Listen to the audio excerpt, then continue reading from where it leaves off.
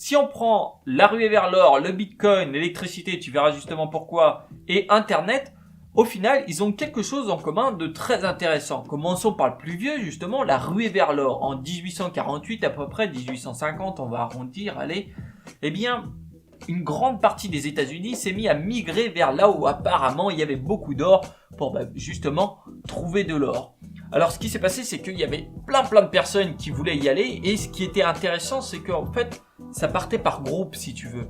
Étant donné que les personnes étaient par exemple dans un village, et il y avait les 20 personnes d'un village qui allaient là-bas pour essayer de trouver de l'or. La grande promesse était bien sûr toujours la richesse infinie. Et là, quand il y a eu cette euphorie, tu avais des pubs de partout. Tu avais même des pubs dans les journaux où ça disait gold, gold, gold, gold. Aussi simple que ça. Aller chercher de l'or, machin. Il y avait des témoignages de personnes qui sont devenues richissimes en allant chercher de l'or. Et tout le monde voulait aller chercher de l'or. Beaucoup de personnes oubliaient d'ailleurs que ceux qui se sont bien plus enrichis, c'était les personnes qui vendaient les pelles, les pioches et autres, qui vendaient les outils en fait à ces chercheurs d'or. Parce que qui trouve de l'or ou pas, lui, il vendait ses outils. Et là, tu verras comment ça se connecte sur les prochaines choses qui vont arriver. Mais c'est pour ça que c'est très important de toujours penser sur la vente de l'outil. Et on peut se dire que ça devait être que les personnes faibles d'esprit qui allaient chercher là-bas de l'or. Et non, même pas. Tu avais même de grands docteurs, des grands chercheurs qui se sont mis à aller chercher de l'or parce que forcément, la promesse entre soi, par exemple, une armée, la moitié d'une armée était partie chercher de l'or. Et ils sont payés 7 $ à peu près, si je me souviens bien, par jour. Et s'ils allaient chercher de l'or, eh bien, ils étaient payés entre 50 et 60 $ par jour avec ce qu'ils pouvaient récolter. Ce qui est totalement différent. Tu vois, tu gagnes presque 10 fois plus. Donc, la question ne se pose pas de servir la nation ou de se servir soi-même. Et d'ailleurs, ils ont même pas envoyé la deuxième partie de l'armée pour aller les chercher puisqu'ils avaient peur qu'ils restent là-bas. Peut-être que tu vois pas encore exactement où je veux en venir, mais petit à petit, tous les éléments vont se connecter. Comme, tu vois, je te parle de l'électricité. En fait, on n'a pas installé l'électricité dans la maison.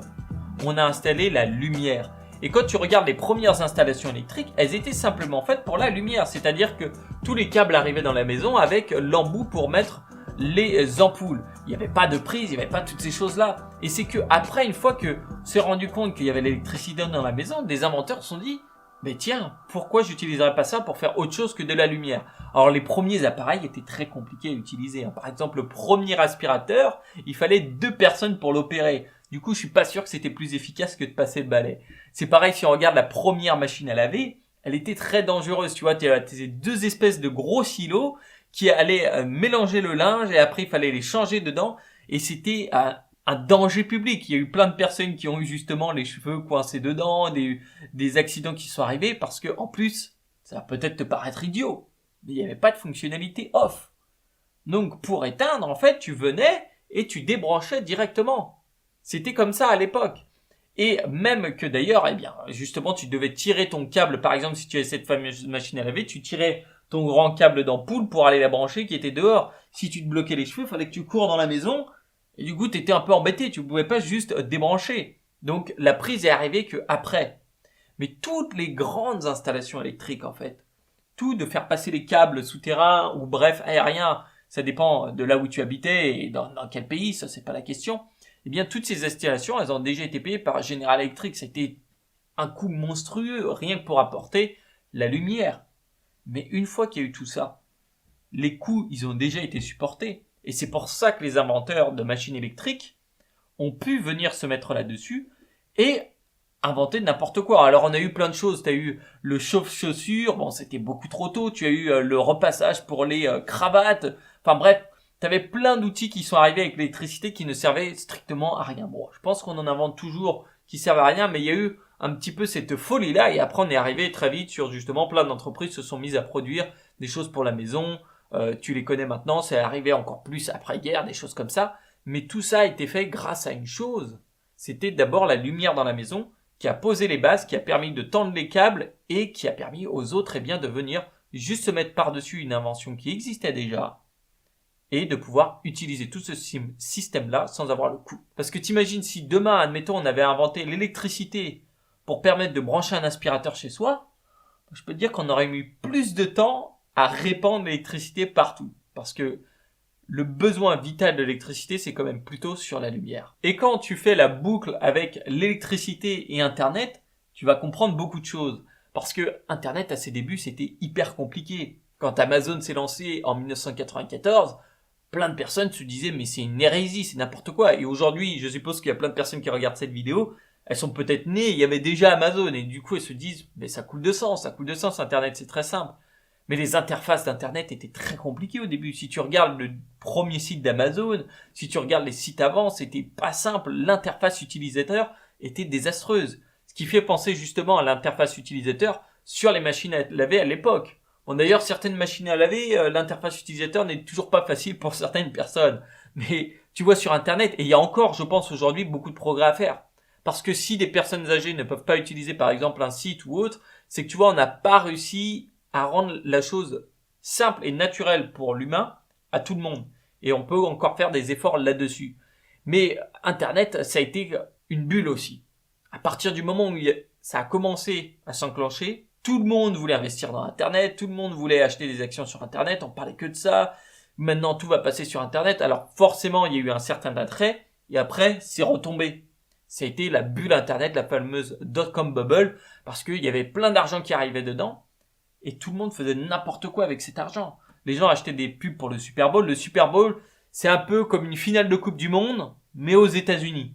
Et donc, si tu veux, c'est des budgets publicitaires qui sont colossaux, et des boîtes sur Internet se payaient ces pubs, mais sans avoir quelque chose à vendre, ou des choses comme ça, ou qui était une pub qui était beaucoup plus grosse que leur chiffre d'affaires. Donc bref, c'était une hérésie. Et là, je te parle que d'utiliser Internet. Mais d'avoir accès à Internet, c'était aussi compliqué. Configurer un routeur sans fil, Wi-Fi, ça relevait franchement, d'un niveau de connaissance hyper élevé, et même de brancher ta maison à Internet. Et c'est là que Internet rejoint l'électricité, c'est parce qu'en fait, Internet, on n'a pas eu à tirer des câbles pour Internet. C'est arrivé la technologie juste en se mettant sur le téléphone. Parce qu'il y a déjà eu toutes les lignes internationales de téléphone qui avaient été installées. Il a suffi à des inventeurs d'inventer un protocole qui permettait d'utiliser ça. Et c'est là que ça devient grandiose, puisque justement, d'utiliser ce processus-là, ça a permis d'Internet de commencer directement à être disponible pour beaucoup plus de personnes sans avoir un coût de base qui était beaucoup plus gros. Aujourd'hui d'ailleurs, c'est devenu l'inverse, on tire des câbles pour Internet et non pour du téléphone. Et c'est là qu'on voit qu'on peut connecter en finale le Bitcoin avec l'électricité et Internet. Parce que le Bitcoin a bien sûr besoin, aujourd'hui on résout les calculs en général avec de la puissance informatique qui a besoin d'électricité, et on résout ça et on permet à tous ce réseau-là de se connecter via Internet. Sauf que les infrastructures Internet se sont bien développées, c'est très simple aujourd'hui de se connecter à la Chine, de se connecter à la France, à l'Espagne, peu importe où tu es dans le monde, tu vois, sur toutes les destinations, c'est rendu beaucoup plus simple.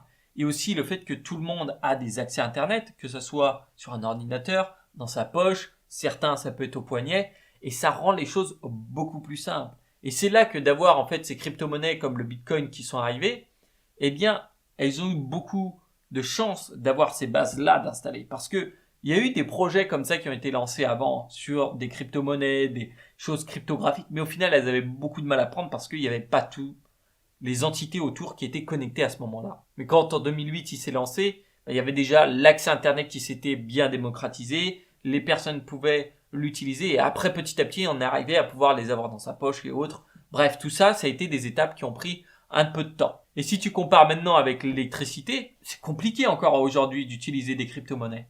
On n'est peut-être pas encore au niveau de l'aspirateur à deux personnes ou de la fameuse machine à laver, je te remets la photo, comme ça, mais on n'en est pas loin. Les interfaces sont compliquées parfois, même si ça s'améliore, les processus sont longs et compliqués, ce qui fait que d'être sa propre banque, d'avoir sa propre sécurité, c'est pas facile pour tout le monde, et du coup, ça permet pas à tout le monde d'utiliser les crypto-monnaies et de monter sur le navire.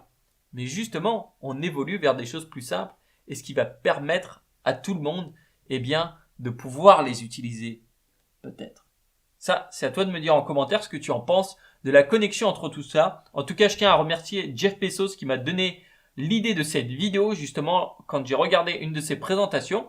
Je te mettrai le lien en dessous, puisqu'il faut rendre à César ce qui est à César. Je me suis juste servi des crypto-monnaies pour connecter à tout ce qu'il avait dit auparavant. C'est une vieille présentation, mais c'est franchement hyper intéressant, et hyper intéressant justement si pour toi aussi ça t'intéresse, les évolutions, les révolutions dans l'humanité, et surtout sur les usages, on ne parle pas que politique. Écoute, c'était un véritable plaisir. Si tu as aimé cette vidéo, je crois qu'il faut la liker, hein, bien sûr. Et si tu veux prendre soin de ton argent, je t'invite à cliquer sur le bouton s'abonner. Bien sûr, je t'invite à mon prochain atelier si tu es intéressé par les investissements et les finances personnelles. Tu auras un lien dans la description quelque part. C'était un véritable plaisir. C'est Rousseau et moi je te dis ciao, à la prochaine.